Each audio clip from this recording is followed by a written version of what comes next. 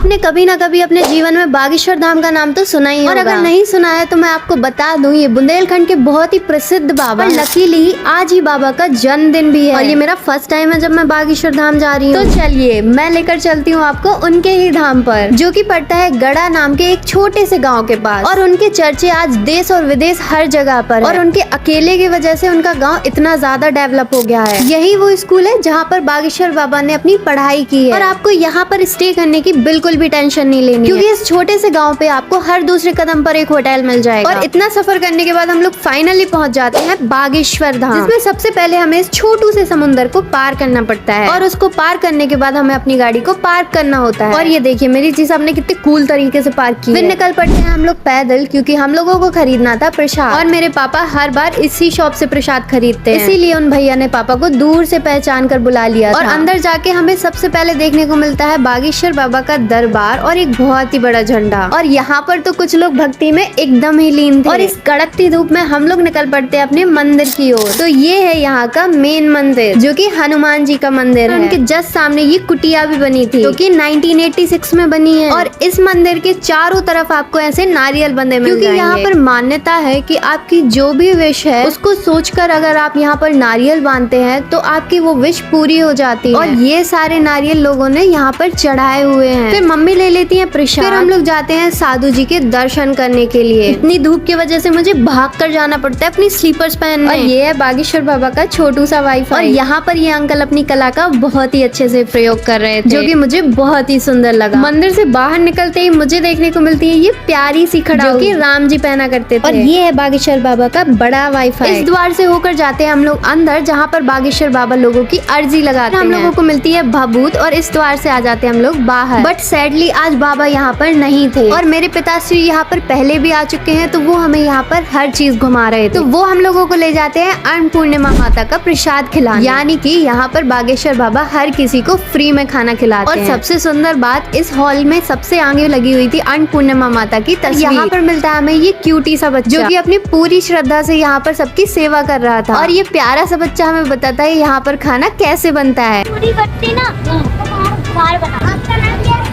फिर हम सब लोग मिलकर खाते हैं अपना प्रसाद। यहाँ पर आपको अपनी प्लेट खुद धो कर देनी पड़ती है। और मेरे जी साहब की प्लेट यहाँ पर रिजेक्ट कर दी गई, तो मम्मी इसको घिस घिस कर धोती हैं। और मेरे पापा की थाली भी रिजेक्ट हो जाती है, जो कि मुझे धो कर देनी पड़ती है। ये हो जाती है अप्रूव। और ऐसी बेस्ट चीज तो मुझे हर जगह मिल जाती है। उसके बाद खरीदते हैं हम अपने लिए पानी और इस कड़कती धूप में निकल पड़ते हैं पैदल। और अपनी गड्डी में बैठकर निकल पड़ते हैं हम बागेश्वर बाबा का घर देखने के लिए। और उनने अपने घर के बाहर अपनी मम्मी और काफी सारे भगवान की पेंटिंग्स भी बनवाई।